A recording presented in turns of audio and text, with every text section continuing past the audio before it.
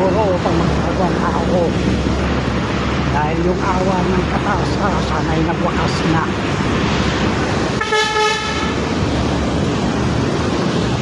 At ang siguradong kasunod nito ay yung kahatulan. Ano isa itong malupit na katotohanan dahil yan na ang sinasabi ko. Ito ay isang spiritual message. Gaya ng sinabi ng kataas-taasan. Akin ang paghihiganti. Ako ang maghihiganti. Kaya napakaginaw.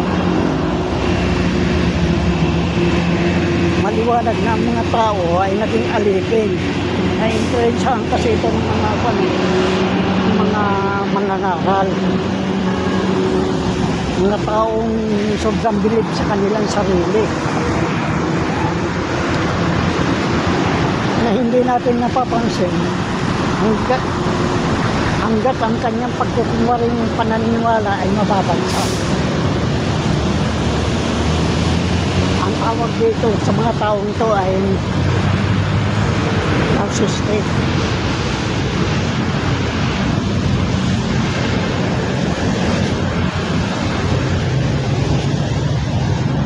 Ang kahinaan kasi, ang katotohanan kasi hindi kahinaan, kundi isang divine connection sa pagitan ng tao sa taasan. Upang ang ating maabot, ang kailangan maging mapanuri tayo sa ating kapatigian kung anong mga nangyayari. Kung maaari ay magtanga-tangahan lamang upang marami tayo mapansin. Isa na dito yung maliit na hakbang ng isang tao ay maaari maging isang higanting lukso ng isang katauhan.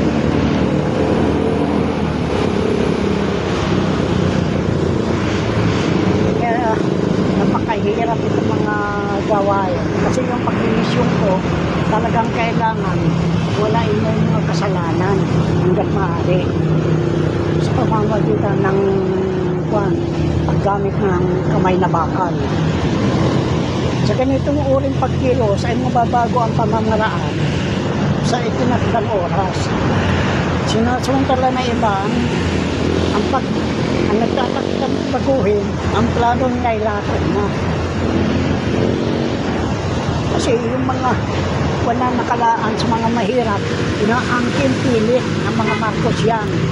Kasama na itong China at saka yung US. Ngunit, kung malaman ng kanilang galaw, ay may tutulak sila pabalik. Kaya nga, hindi sila ngayon gaano nakakapilos eh. Ngayon, pinaiikot-ikot na naman nila. Yung pag-aari ng mga mahirap, siyang gagamitin. Ginamit nila ang Japan. Ang Japan, ang terror ng Japan ngayon ay apo ni Marcos. Magnanakaw. At yung kwan na yan, hindi nila magamit kasi yan, kwan na yan, sinasabi nila may mga ginto. Walang ginto ang US. Kaya nga hindi nila ma-audit eh. Bagamat ang epekto ay hindi madaling mahalata sapagkat ito'y natatakpan ng kasinungalingan.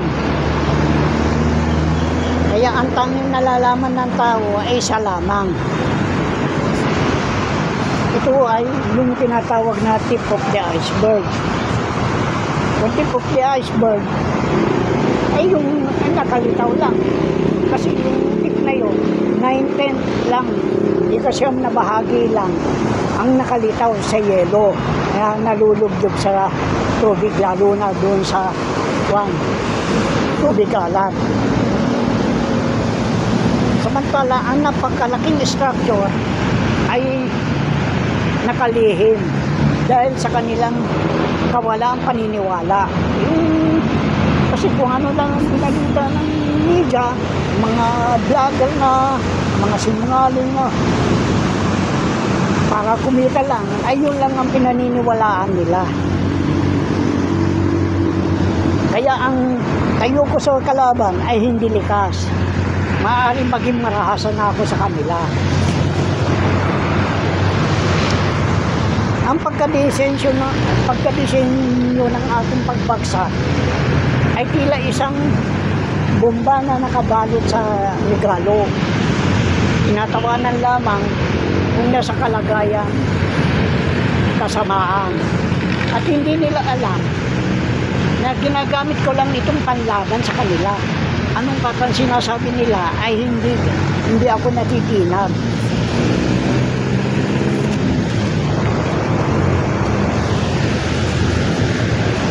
Kung gayon, ay mahihirapan silang basahin ako. Kaya nga, hindi nila ako natatakot silang ulihin sa akin. Nag-iisa lang ako na kumakalaban sa mga walang yan. Pero wala silang magawa sa akin. Sapagkat inakala nilang gumagapang na ako sa hirap. Oo, sa hirap. At ito yung nangyari nga nung magsimula ako magtago. Dahil yun sa noon. Kaya ako napilitan magtago upang mailihim lang ito. Kasi marami na naghahanap sa akin eh. Kaya nabura na sa kanilang kaisipan. Eh nakuwala ako, eh paano yan ngayon? Na-corner nila ako. Ang pinakamalaking pagkakamali nila ay nabaliktad ang sitwasyon. Isa itong bitag sa kanila. Hindi kaya ito ang dahilan kung bakit nasabing last man standing na ako sa kanila. Kasi kahit anong gawin nilang pangtuwan sa akin, nandyan ako nakatayo eh. Talagang kailangan yung panindigan ko ito dahil ito ibilin sa akin ng kataas-taasan eh, na kailangan isang galang ko yung mga kayamanan na yan na para sa mga mahirap. Ang hirap kasi dito sa atin, itong mga namumuno, sa pamumuno ng putang inang Marcos na yan, ay yan ang nagbibigay ng kwan sa atin eh, ng kahirapan eh. Dahil ang gusto nila, lahat ng dayuhan ang nandito na. Ay hindi pwede yan, kailangan palayasin lahat yan, lalo na yung mga inchik na yan. Dahil dito pinag-aralan nila ang bawat kilos ko at naging gagawing desisyon. Bakit ako nakangiti habang may sumasaksak sa likuran ko? Hindi man lang sila at hindi man lang ako gumaganti sa kanila.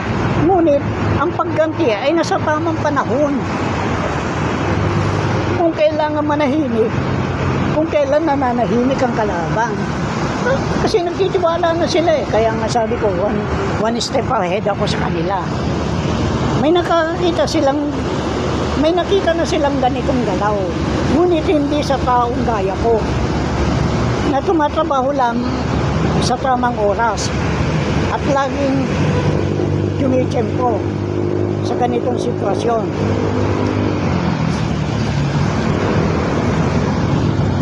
Hindi man nakakalayo upang dumaban. Kaya may rason akong nanatiling nakatayo. Hindi naman ako isang babala sa kanila, kundi isang blueprint, kumbaga sa military, kung saan ang target ay nakakatakot. Kailangan i-double check ninyo kung buhay pa, gaya ng ginawa ng isang kawal ni Jesus. Sinabing patay na, kaya hindi numog yung ganyang hita. Pero pinagpasan ng isang sibat, ng isang kawal sa ang kanyang tagiliran. Ang bagay na ito hindi para sa mga kalaban. Pinabayaan ko lang sila pag-aralan nila ako upang isa sa akin itong katotohanan. Hindi nila ako kayang umamin sapagkat ang kanilang mga gawain ay masama. Hindi ba naman masama yung pag-aari ng mahirap na nakawin? O, di ba ganyan ang gawain ng mga maharlika general? Kasabwat pa, may mga kasabwat pang religion, hindi na sila naiya. Ipinangangaral nila yung salita ng Diyos, pero kasama sila sa pagnanakaw. O, Hindi ako pinanganak upang laruin ang kanilang laro. Kundi nakikipaglaro ako upang wakasan ang kanilang pagpapahirap sa mga mahirap. Kahit na nakalugmok, ay pilit pa rin na tumatayo. At bumabangon. Ito hindi makalimutan pagbagsak ng isang tao na nakatala sa madaling pagpapahayag ng damdamin. Bagamat pinag-aaralan nila ang galaw ko, hindi nila ako kayang tularan. Ito hindi ibuna haharapin kagad. Kukunin ko sila sa tiyaga. Diyan sila nagkamali ngayon. May isang bagay na dapat malaman nila. Ngunit, ang kanilang nakalimutan ay yung kriminal ay karaniwang bumabalik uli sa pinangyarihan ng krimen. Hindi dahil sa kasalanan o wala sa kontrol. Kasi kung may nang-aapi sa bayang banal, at sa mga mahihirap ay muling lilitaw upang ipaglaban, may lilitaw uli na ipaglaban sila, ipagtanggol sila, gaya na nangyari kay General Benson ng Camarines Norte. Kasi noong panahon lang ako, kawawa ang mga Pilipino dahil nga dyan sa kakain na lang, pag nakarinig ng putok, tatakbo o kinukulong, lalo na yung mga makapili. Ang makapili ngayon, mga makabagong makapili ngayon ay itong sina Marcos at saka Duterte. Dahil sila nag-aakit ng mga dayuhan dito upang maging alipin tayo. Saan ka naman nakakita ng ganon? Ngayon, paano naman si Rizal na sinasabi? Hindi ko pinagpapaniwalaan si Rizal bagamat spiritual siya. Oo, yung pagkapanganak sa kanya ay liniliman siya ng espiritu. Pero kaninong diwa naman na napunta kay Rizal? Di yung kay Jesus. Kasi, nung barilin siya sa luneta, ayaw niya na nakatalikod, gusto niya nakaharap. Kaya nung pego, pag sigaw ng pego sa may harap, tinamaan siya. Ngayon, yun lang kung nakatalikod kasi siya, yun lang ang tanging paraan na mamatay ang kanyang espiritu. Malulusaw. Kaya siya biglang umarap. Ngayon, ang ginawa naman ng mga alipores ng Kastila, binalot sa malaking kumot. Ito hindi ito nababalita sa mga eskwelahan, ang nababalita lang, lalo na yung pinalabas ni Marcos yan, mga akwan na yan, kagabuhan na yan. Ngayon, nung mabalot siya, dinala sa South Cemetery. Nung niladlad yung makapal na kumot, hindi tumambad ang kanyang bangkay, kundi isang puting manok. Ngayon, kanino ba yung puting manok? Hindi ba kay Pedro? O ano ba naging kasalanan ni Pedro? O kay Jesus, hindi ba sinungaling? O 3 beses pinagkaila. Kaya ganyan si Rizal. Akala nyo, totoo yan. O sa akin, hindi ko gagawing bayari yan. Ang tamang bayari yan para sa akin, si Andres Bonifacio. Kaya nakakaawa ngayon yung mga pangyayaring ganyan. Ngayon, kung tumilaok siya ng 3 beses, sabay tingin sa Cavite. Nung matapos siyang tumilaok, lumipat patungong Cavite. Kaya diyan nagsimula yung labanan ng kapwa Pilipino. Di nagkaroon na ng pagkabahabahagi. Yan ang totoo niyan. At si Rizal man, hinahanap, sasabihin ninyo, Diyos, kung sino-sino pa. Si Rizal, nakakagabot yan dahil may anting-anting. Yung 3 din napunta sa kanya. At ang ginagamit niyang pangkuan sa mata, yung may katarata, yung pakpak ng manok. Pinakayod niya. Kaya nga, really totoo na si Rizal ay nagpupunta yan sa Juan. Nagpupunta yan sa Spain. Hindi nagpupunta dahil sinasabi nila binayaran ng malaking ginto para kalukuhan yun. Saan kukuha ng ginto? Ang Spain. Wala naman minahan ng ginto ang Spain. Oh. Kaya nga napakabulaan itong mga kuwan ng mga troll ni Marcos eh. Liniligaw tayo. Ngayon na. Kaya ang nangyayari ngayon, ayan, tayo na rin, naglalaban-laban.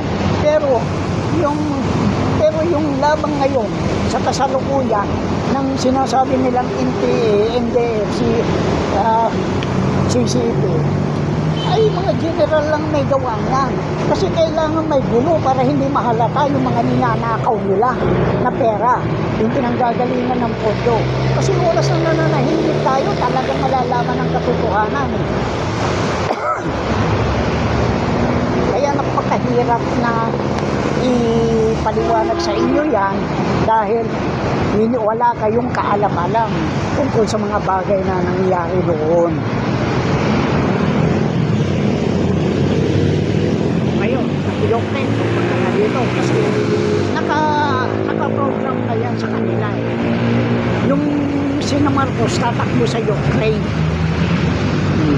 doon sila makakuha. Pagkatapos, yung Ukraine pupunta dito, papayag ba kaya ako? Di wag na akong buksan ng kayamanan para hindi sila na naman ang makikinabay, mga dayuhan na naman. Aba, katarantaduhan niya. Kaya yung may sulat ako doon sa roller ko no,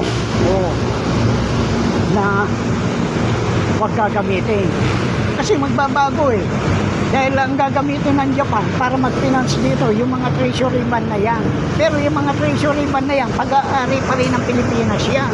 Dahil yan, ay pan yan. Yung mga dito, kinuha nila dito sa ninakaw nila. Kaya nga pinabalik ng emperor ng Japan noon eh. Nung matapos ang gera dahil nagkaroon sila ng sumpa. At ang sumpa na yun, yung tungkol sa atomic bomb, yung mga tao, napapalibutan pa rin ng mga badwa, ng mga rehas, hindi makalabas. Dahil baka mahawa sila, makontaminated ng mga chemical reaction. Kakaroon ng deformation, yung kunang-kuan, nagiging inutil yung mga anak nila. At hanggang ngayon, hindi pa tinutubuan ng damo, kahit damo, yung binagsakan ng bomba. Kaya nga, hindi nila ninakaw ng mga yakuza. Pero ang may kasalanan naman itong mga paring Kastila eh. Pilit na yun na alam kay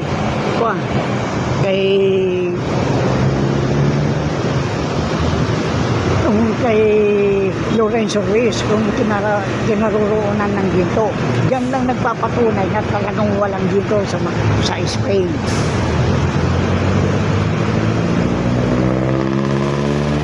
Kaya kung ano-ano pati mineral, kinuha na nila, pinag-usapan na nila ni Trump. Eh si Trump naman tao ni Marcos yan eh. Kaya lang naman kung ginawang gusto dyan lang si Trump ng mga building doon sa Kwan. Pero yung kita binibigay kay Trump para may lihim lang yan. Pagkatapos sila mag-uusap. Kaya mga pandaraya sa eleksyon. Binubulgar ko na, ayaw pa rin akong paniwalaan. Ngayon unti-unti na lumalabas. Kaya kaya itong mga kwan hindi mo alam eh. Kaya nga kailangan wakasan na yung awa ng kataas-taasan. Upang sa gano'n, tumino na ang mga Pilipino. Kailangan mawala yan sugal, yung mga pag-iinom. Kaya ngayon, yung tungkol dito sa sermon ay yung tungkol sa sugal. Sugal mo yung iyong bayan. Kaya napakawalang yan itong puta ng Duterte na ito, mga Marcos na ito. Ngayon, tignan natin ang galing niya ngayon. Hanggat nandyan yung mga politiko na yan, hindi ko mabubuksan ang kayamanan. upang, ay ano sa akin. Sabi ko nga, malapit na ang jubileo. Ayaw ninyong paniwala ng jubileo. Oh. Ito ngayon. Kaya yung awa na yan, mararamdaman na ninyo yung bagsik ng kataas-taasan. Ano sa akin, kumamatay kayo. Oh. Nung pakialam ko. Dahil ang jubileo, mangyayari yan sa 2050. Eh kung yung kaya nga nagkaroon ng death jubilee dahil sa sobrang pagpapatubo eh. Tinutubuan ng China yung mga pera na hindi kanila, tinutubuan ng Amerika yung pera na hindi kanila. So, samantala dapat yan ay walang tubo. Kaya ako yung pinaliwanag. Umabot nga ng 4 na parte yun. Pero ngayon, kailangan ko na ito dahil may gagawin pa ako dito. Ito, ibabaon ko ito dito. Bahala na ngayon kung sinong tamaan. Wala akong pakialam. Eh mamatay kayo, eh mabuhay kayo, wala akong pakialam.